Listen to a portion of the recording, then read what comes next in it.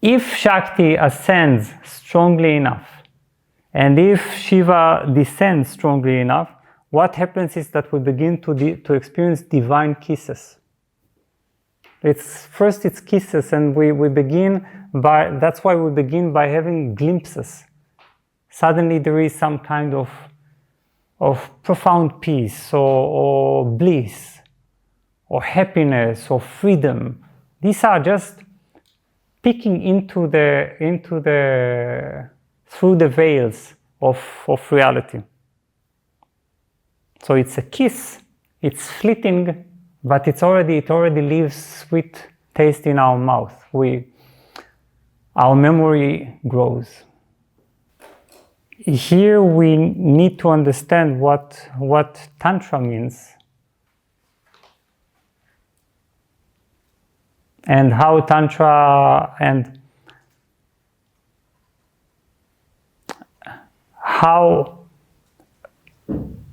what is the connection between inner fire, Tantra, love, and Kundalini.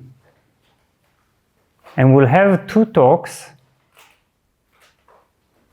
that explore different aspects of this. Sometimes Tantra in the West is literally stripped of its deeper value and meaning, and it is translated just as conscious sex. This is true and wrong. It is conscious sex, but what kind of sex? That is what is crucial here to understand. So, and indeed, this morning I'm going to talk about a love affair. And I think that this is, since this is a tantric seminar, it is actually very appropriate to use such terms. To talk about love affair, and to talk about kisses, to talk about lovemaking, and to talk about marriage. All these terms, they receive a different meaning in our context. And I'm not the only one who refers to all these so-called mechanisms in terms of in sexual and love-making terms. Actually, whoever knows the experience, the actual experience of Kundalini, and everything that and the way it works, cannot avoid using sexual and romantic connotations.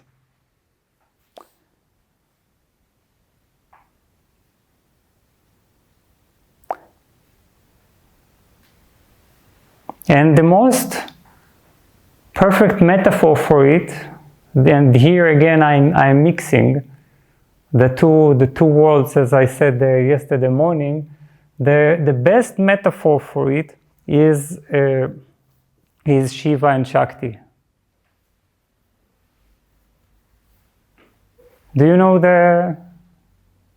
these terms? Shiva and Shakti. They appear as male and female that create together a union. This is just like we see Vajrasattva and his consort. This is a very usual imagery that the deity also has some kind of a complementary, either feminine or masculine part, and this is because the combination of the feminine and the masculine is actually crucial. So these are like representations of something that needs to happen deep inside us, this Shiva and Shakti, or Vajrasattva and this consort. But with Shiva and Shakti, this is the strongest image. Why? Shiva is said to be waiting to Shakti, his consort, his lover, his other half, at the crown chakra, deep inside the crown chakra. He is said to be resting in the crown chakra, waiting for his lover to come. And Shakti is longing to reach Shiva from the root chakra. So they are lovers, they are meant for one another, but in a way they cannot reach each other. The crown is also in Tantra is the male aspect of Kundalini, is the male white Kundalini. And he is also the source of bliss. When we reach the crown, we experience powerful bliss.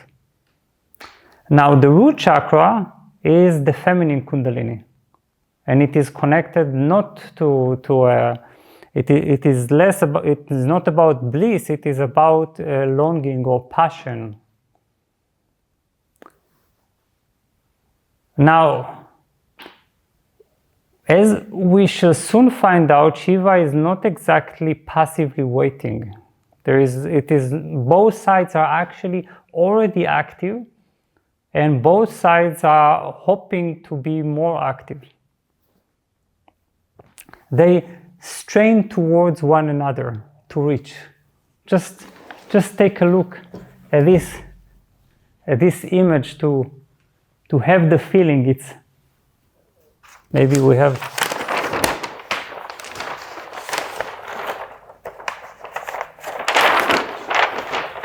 No, it's the same. Okay, so here is Shiva, here is Shakti, and they strive to reach each other, but they are just like two lovers that live on the two different edges of the globes. You see, of planet of the Earth, and so they cannot reach.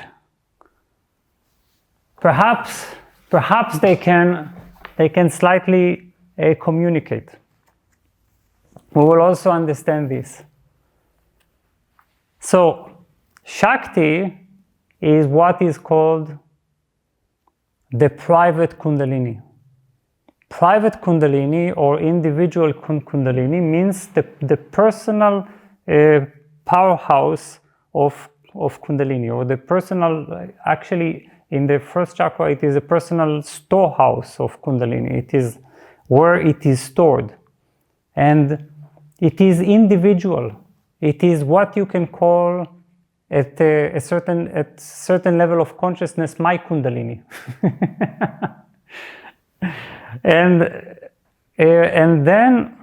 and we should think of it as a sort of a cosmic seed or a cosmic spark that has been planted by the cosmos inside our root chakra.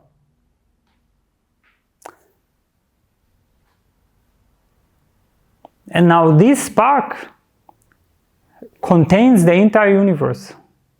It has the same essence. It's just like a drop. Here is again the image of a drop. The drop but it comes from the ocean. And the drop is made exactly of the same ocean, and if you take a very deep look at it, you can feel and find the entire cosmos. And still, this drop is contained inside one organism, one separate organism, like an individual unit. Now, in this drop, there is also a memory. This is the memory of Shakti, which is the vital energy within us. This is Shakti. This is the memory of being inseparable from Shiva. Once the two were one. And even though they are not one right now, there is a strong memory this strong memory, when it is awakened in us, it can be thought of as the first ignition of our dormant Kundalini. It's also the beginning of search. And the beautiful thing is that it is planted deep within our body. It is in the innermost chamber of our body. The body within a body that we are speaking of throughout these 2 days. If Shakti ascends strongly enough, and if Shiva descends strongly enough, what happens is that we begin to experience divine kisses. It's kisses, and we begin by, that's why we begin by having glimpses. Suddenly there is some kind of profound peace, or bliss, or happiness, or freedom. These are just peeking through the veils of reality. So it's a kiss, it's fleeting, but it already leaves sweet taste in our mouth. Our memory grows. So now when the intensity grows, then there are moments of basic initial moments of combustion. It's the two Kundalinis mix, and they begin to become a little bit similar. You see, they penetrate each other, and they become a sort of one stream. This is what we can call lovemaking. And this lovemaking is supreme. This is when we have our strongest spiritual experiences. This is when we, for example, when we are starting to experience the opening of the central channel. This may be like kisses, but perhaps the central channel, the flow is so strong that we are exploding. That's lovemaking. Please understand, from this perspective, it's like we allow a love affair to happen. This is, if you think of it like that, it's so much easier to meditate. It's so much sweeter. Then you realize, oh, now I'm opening the central channel in order to make the love affair possible, to make the union possible. It's just the central channel is the way they can flow toward each other, you see? And if you do it right, there are fireworks.